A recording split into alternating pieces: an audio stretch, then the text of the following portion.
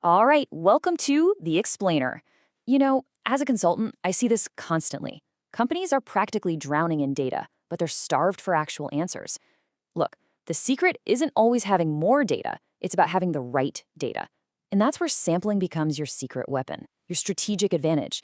It's the tool you use to get reliable, cost effective insights when, let's be honest, analyzing everything just isn't going to happen. So today, we're going to break down the exact framework you need to really master this. Okay, so here's our game plan. We're going to start with the strategic why, the business case for doing this in the first place. Then we'll build up our vocabulary with some key concepts, so we're all speaking the same language. From there, we'll map out the two fundamental ways to sample. We'll take a tour of the methods in our toolkit, and, super important, we'll learn how to spot the critical pitfalls to avoid. And finally, we'll translate all of that into the language of business, understanding the margin of error. So, first things first, before we dive into the nitty-gritty of how to do all this, we've got to nail down the strategic why.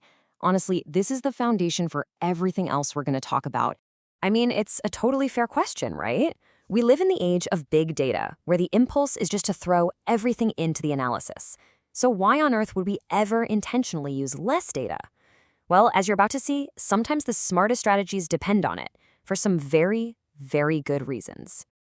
Okay, so let's get real for a second. Think about it. If you're an automaker, you're not going to crash test every single car that rolls off the line, right?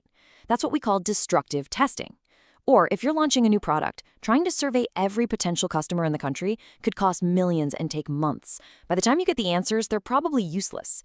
And sometimes, like with voter exit polls, it's just physically impossible to talk to everyone. In these situations, sampling isn't just a shortcut, it's the only smart strategic way to move forward. All right, so we've got the why down. Now we need to get on the same page with the what. To talk about this stuff like a pro, we need a shared vocabulary. So let's quickly nail down 3 core ideas you absolutely have to know. First up, population. This is the entire universe of what you want to understand. It could be all of our current customers, or every single unit we manufactured in Q3, or all likely voters in Ohio. The key is it's the complete group you want to say something meaningful about. And then, of course, you've got the sample. This is the smaller, manageable chunk that you actually look at. And the keyword here, the one to tattoo on your brain, is representative. A good sample is just a mini, accurate version of the population. If your population is 60% women and 40% men, well, your sample better look pretty close to that too. The whole point is to study the small group to learn something true about the big group. And last but definitely not least is sampling error. Now, this is super important, so listen up. It sounds like you messed up, like you made a mistake, but it's not. It's just the natural, unavoidable difference you get because you're looking at a piece of the puzzle instead of the whole thing. Your goal isn't to make it disappear. That's impossible. Your goal is to measure it, manage it, and build that uncertainty into your final recommendation. Okay, pay attention, because this is a really big deal. This is the fundamental fork in the road. The second you decide to use a sample, you have to make a choice between 2 completely different approaches, 2 universes. And the path you pick determines what kind of claims you can actually make with your data. So on one hand, you've got probability sampling. The easiest way to think about this is like a fair lottery.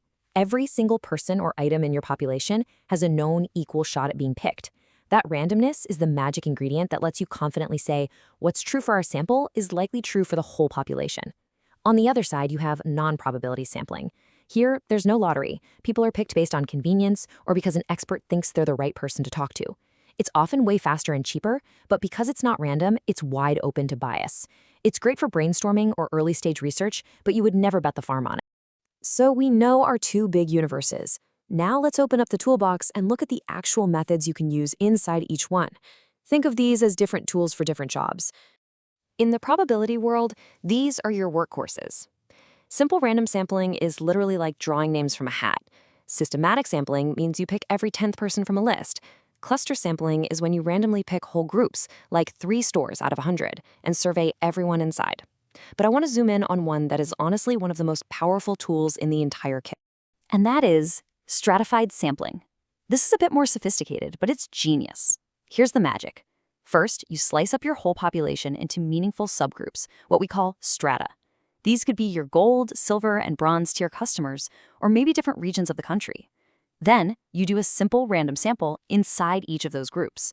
The strategic value here is huge because you absolutely guarantee that you hear from all your most important segments. Just look at this example. It makes it super clear. If you just randomly sampled a high school, you might, by pure chance, end up with mostly seniors. But by stratifying first, by splitting them into freshmen, sophomores, juniors, and seniors, you make sure your sample perfectly reflects the makeup of the school. It's just a smarter, more precise way to get a truly representative picture. Now, over to our non-probability toolbox. This is what you use when strict randomness isn't the goal. Purposive sampling is when you handpick experts to interview. Snowball sampling is when you ask participants to refer their friends. But let's be real, there's one you're going to run into all the time. And that's convenient sampling. And yeah, it's pretty much exactly what it sounds like. You survey whoever's easiest to get a hold of, like standing outside a coffee shop and pulling the people walking by.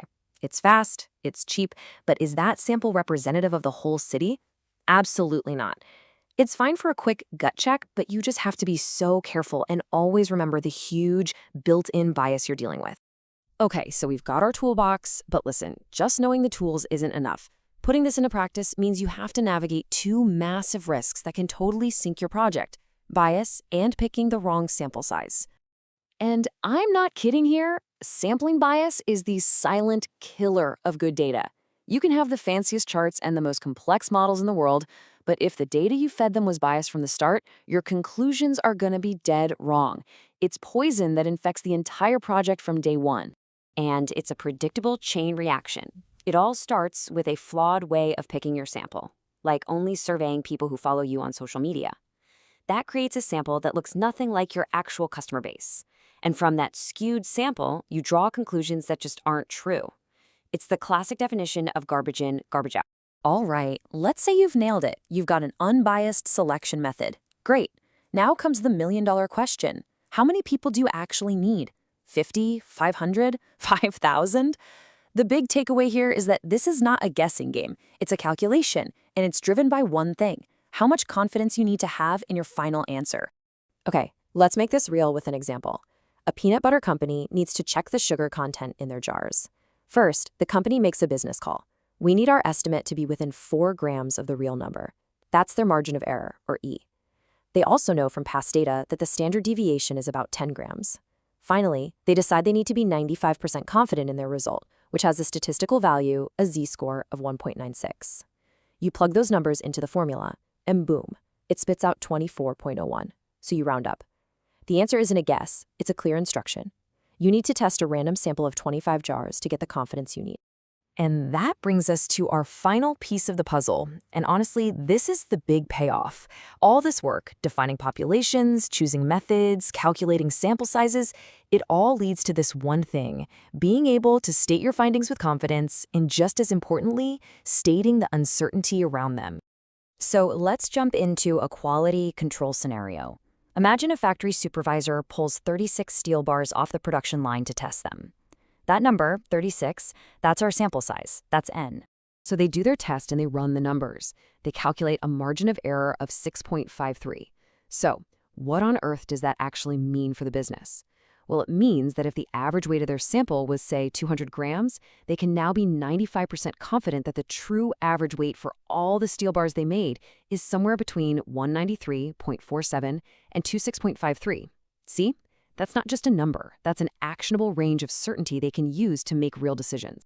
And really, this all boils down to the fundamental trade-off in sampling. As this quote says, making your sample bigger reduces your error and makes you more confident that your sample looks like the real world. A bigger sample gets you more precision, but it always costs more time and more money. The real art of great analysis is finding that sweet spot, that perfect balance between the confidence you need and the resources you have. So, there you have it, the why, the what, and the how of data sampling. You have the framework. So next time you see a survey result in a presentation or a new poll in the news, you're ready. You can be the smartest person in the room. You can ask, hey, what method did they use? What about the potential for bias? What was the margin of error? So the real question isn't just, what does this data say? It's, what questions are you going to ask about the data you see tomorrow?